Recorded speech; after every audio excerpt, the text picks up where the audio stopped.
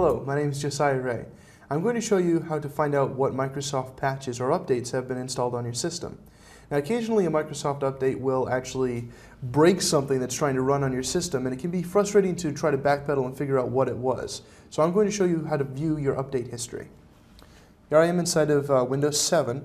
I'm going to click the Start button, come up to Control Panel, and right near the bottom it should say Windows Update. So we're going to open that up. And on the left, it's got a button for View Update History. So if I view that and I scroll like all the way down to the bottom, it basically goes all the way back to the last time that I've installed an operating system on this system. So you can see as I scroll up through, I've got hundreds and hundreds of upgrades here. A couple of them gave me notices that they failed. Most of them were successful, but I can kind of view all of these and see which ones were installed and when they were installed. I hope you've enjoyed this video on how to view your update history in Windows. I'm Josiah Ray.